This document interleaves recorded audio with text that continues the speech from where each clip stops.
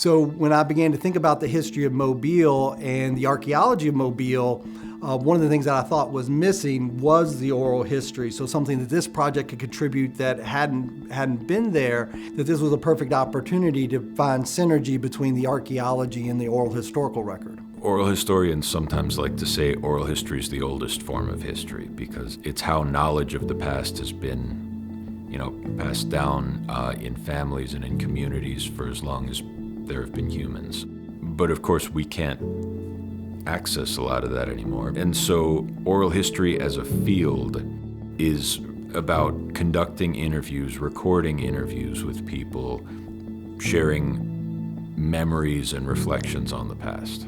The primary outcome of the interview is actually the interview itself. The oral history fits into the overall I-10 project in a way that's very revealing, because there are certain things that don't show up in the historical record or the archaeology record, such as community. You can't really find community in the ground, but those are the stories that you can capture from actually speaking to people. This large project, I-10 Mobile River Bridge, centered in the city of Mobile, provides that direct link to a community. So I think it was more obvious to me and others, if we're going to do something that is public outreach and can bring together oral history and archaeology, this is the project to do it. So you get all of these kind of connected history. You see how things are connected too in a way that just doesn't jump out at you otherwise. There's some marvelous consistencies. People think that, if something is a memory in the 1940s or 50s, it may not be in the memory of the 2020s, as it were.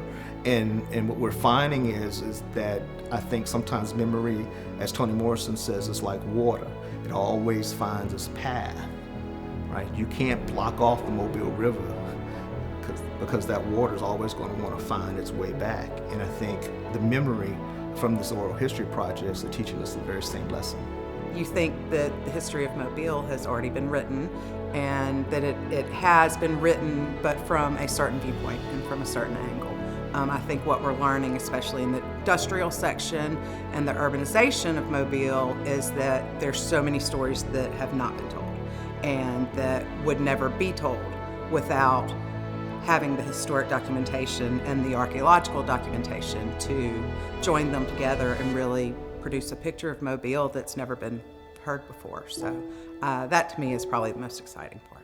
That's another important part of oral history is you're not just thinking about right now, you're thinking about decades from now, making sure that the stuff that people know and in some cases might take for granted as knowledge, historical knowledge right now, will still be there down the road for people, for children in the community generations from now.